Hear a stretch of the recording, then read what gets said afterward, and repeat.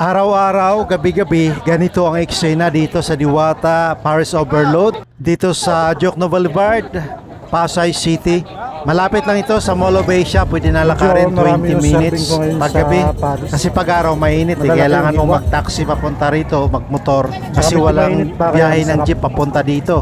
Paalala lang pala sa mga gustong pumunta rito, bago nga pala kayo makakain, kailangan nyo munang pumila at mag-antay mga isang oras o mahigit pa dahil sa haba ng pila. So bawal din po ito sa mga maarte, bawal sa mga maselan kasi nasa tabing kalsada, overcrowded at mainit yung place. Yon yung dapat ninyo i-consider. Kung gutom na gutom kayo, huwag din kayong pumunta rito kasi mag-antay pa kayo ng mga isang oras bago kayo makakain.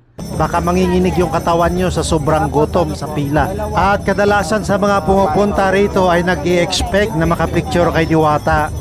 Huwag masyadong mag-expect kasi minsan mainit ang ulo ni Diwata dahil sa stress. Hindi sa lahat ng panahon maganda yung mood ni Diwata dahil sa sobrang stress niya sa pagmamanage ng kanyang business. Halos lahat siya kasi ang nag-aasikaso. Masyado siyang hands-on. Kaya ang mga stress sa kanya lahat napunta. Paano mo na ako ng kanin, Papa?